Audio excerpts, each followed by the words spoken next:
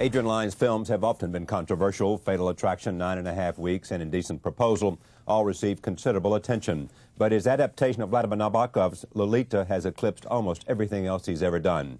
He began shooting the film in 1995. It is only now being shown in the United States. Initially passed on by every major film distributor, Lolita will air this Sunday at 9 on Showtime. The film stars Jeremy Irons in the role of Humbert Humbert.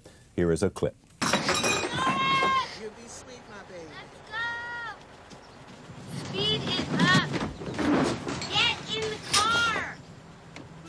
Joining me now, Adrian Lyne. Welcome back to the broadcast. It's good to have you here. Let me talk about the process first before we talk about the film that you have made. What happened? God, at what stage? In the beginning, you were hired to direct the film. Yes. I actually read the novel about 10 years ago when I was doing Jacob's Ladder. Spoke to Mario Casar, who then was head of Carolco, that was then in business. He bought the rights of it for me on spec.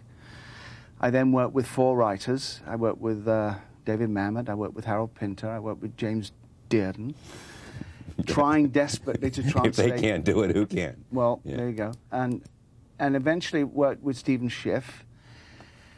And it was tough because it's such an extraordinarily complex novel. It doesn't fit into the usual kind of 3-act pattern, if you like. It's a 5 or 6 act piece. And eventually Stephen Schiff cracked it, you know, with myself. We worked very hard together, and it was just a very good relationship with him. So what happened, though? So you went out and then cast it. You had a script, and what did you do then?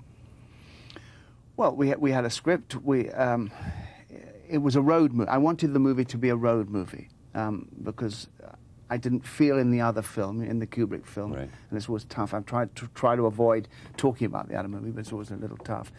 I wanted to get a feel of this pair traveling across America. I'd always thought of them a bit like The Odd Couple. It's such an impossible situation, you know. This kind of rarefied intellectual, European intellectual, with this gum-chewing kid, you know, and the impossibility of the relationship. So it took a long while to shoot. I cut the movie for a year. It took forever to cut. It was very difficult. And then, during the course of the cutting, there was a new law that came into being, you know, when Clinton was re-elected, which I think it was called the child pornography law, which meant that I then had to sit with an attorney for 6 weeks in the cutting room, with him examining the legality of what vetting every scene, so to speak. Yes, I mean, it was very tough, and there was a lot of screaming and yelling, and he was a sweet man, but it was something I don't want to repeat, really.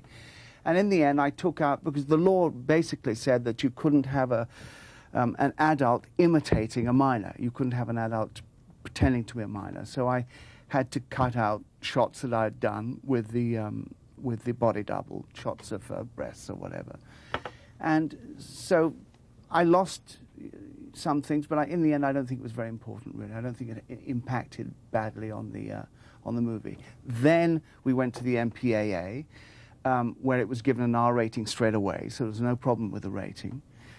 Then I showed it, I didn't, it was shown, I didn't personally show it really, but it was shown to different studios, and I got a fabulous reaction. I mean, I had letters written to me, I mean, more really than I've ever had on, I would say, any other movie, saying they were overwhelmed by the picture, and it was very gratifying. It was wonderful. And certainly too, and I think maybe more, executives from studios said they wanted it for their studio, and then they kind of faded away, and I was given to understand that corporate decisions were taken, decisions above them, not to get involved with this subject matter. And I do think that the climate in this country has changed quite enormously, really, in the last 5 or 6 years. I mean, this movie would have come out easily in the 80s, no problem. So the political climate in America has changed, and so therefore the studios thought there was a risk factor with this movie and it was too hot to handle. Yes, it was nothing, honestly, it was nothing to do with financial considerations at all. Because, I mean, initially, I think the French probably asked for too much money, but then they dropped the price very quickly. You know, I think that people make a good living in Hollywood saying no. It's much easier to say no. It's much more difficult to stand up and be counted. And your passion to make this was what? What did you want to say in the film? Well, I didn't want to make a remake. I was very anxious to make a movie that reflected the novel. I mean, the novel is horrendous. It's horrendous what this man does to this kid Lolita. And yet, it's hilariously funny. Right. You end up feeling, against your will, really, sympathetic towards Humbert. I mean, you really kind of at times sympathize with a man. And ultimately, it manages to be a love story. So it was complex and fascinating and an extraordinary challenge, really. And if you wanted to get at one thing, it was what?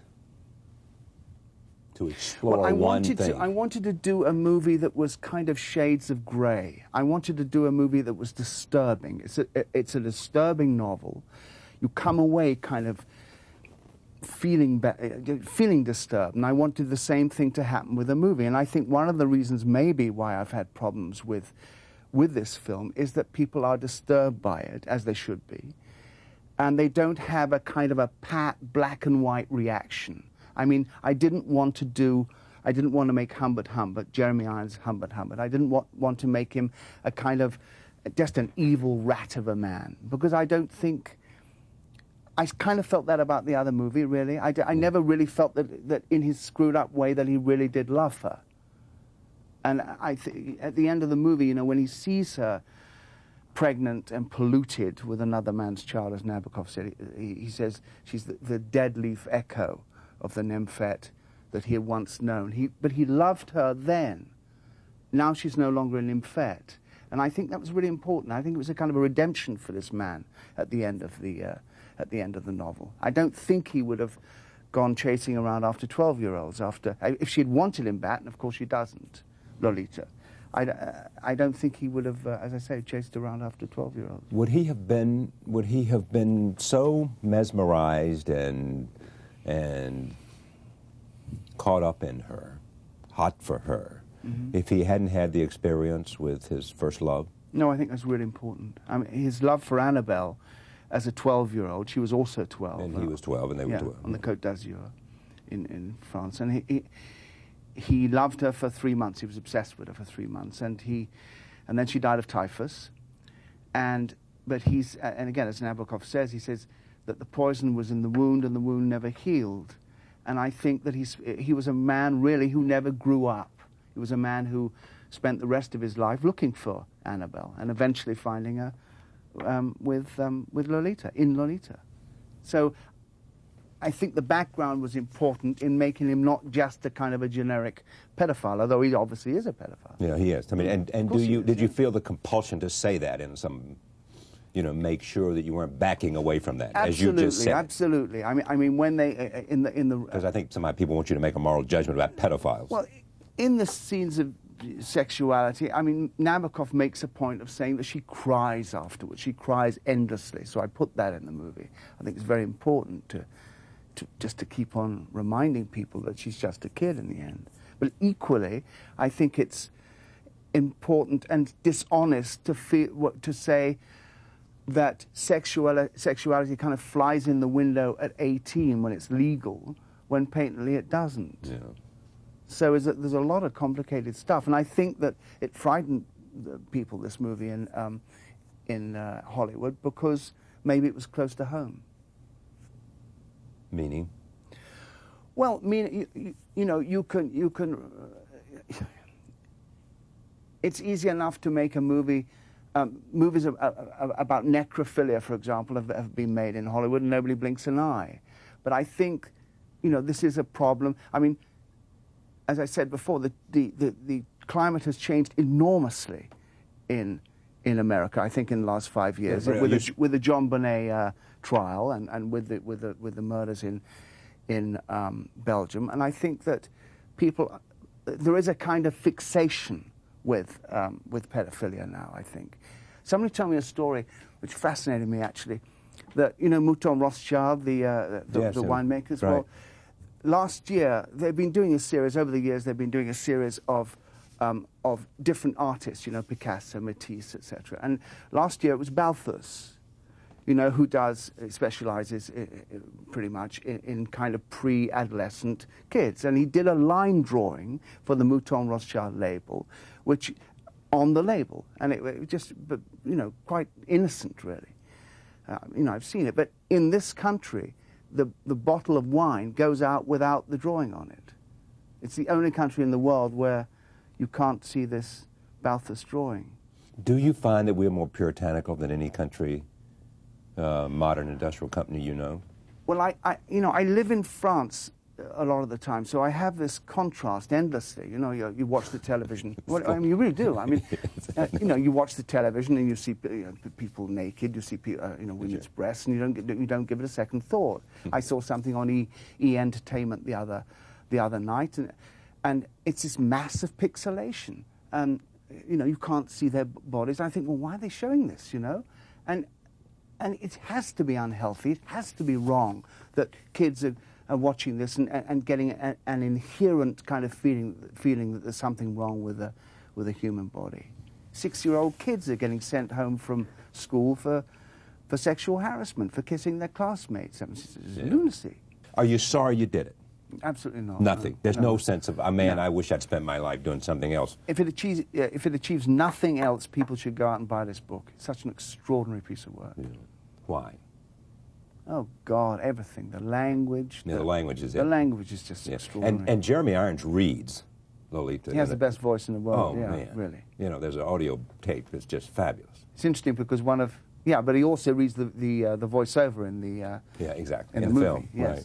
Because one of the traps actually was to try and get in as much of the literary sense of the novel, you know, get the language in because it's so extraordinary. But I managed to do that really with the voiceover, I think. Okay, take a look at this. This is another clip from Lolita on Showtime on Sunday night, August 2nd, 9 p.m. Shut up! Shut up! Calm down. Adrian, thank you very much. Okay. It's Pleasure. always great to see you. Lolita on Sunday, August 2nd, 9 p.m. on Showtime. Screenplay by Stephen Schiff, directed by Adrian Lyne. Thank you for joining us. See you next time.